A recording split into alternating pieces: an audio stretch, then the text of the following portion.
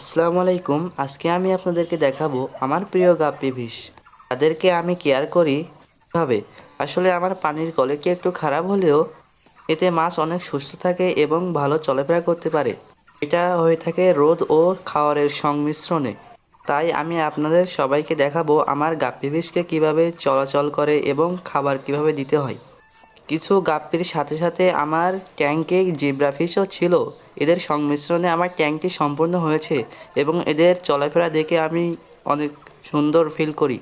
আরও কিছু আছে চারিপাশে কচুরিপানা হর্নট সহ অনেক ভ্যানিকিলিয়াস এবং আমি গাপ্পিকে খাওয়ার দিতে সবাই দৃষ্টি আকর্ষণ করি।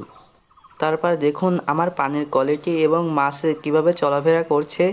আমার পানির কোয়ালিটি ঠিক রাখার জন্য যে কচুরিপানা দিয়েছি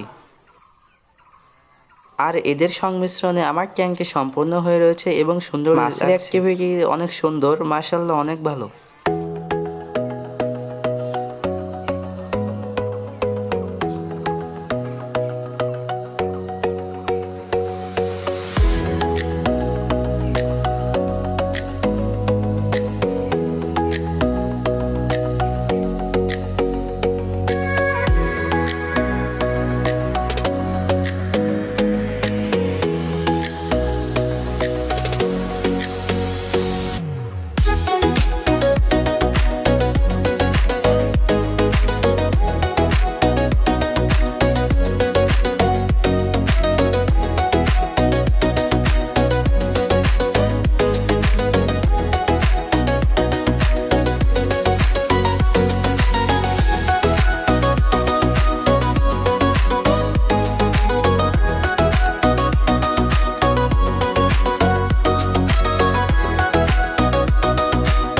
ফ্রেন্ডস, গাপ্পি ফিশ আমার অনেক ফেভারিট মাছ।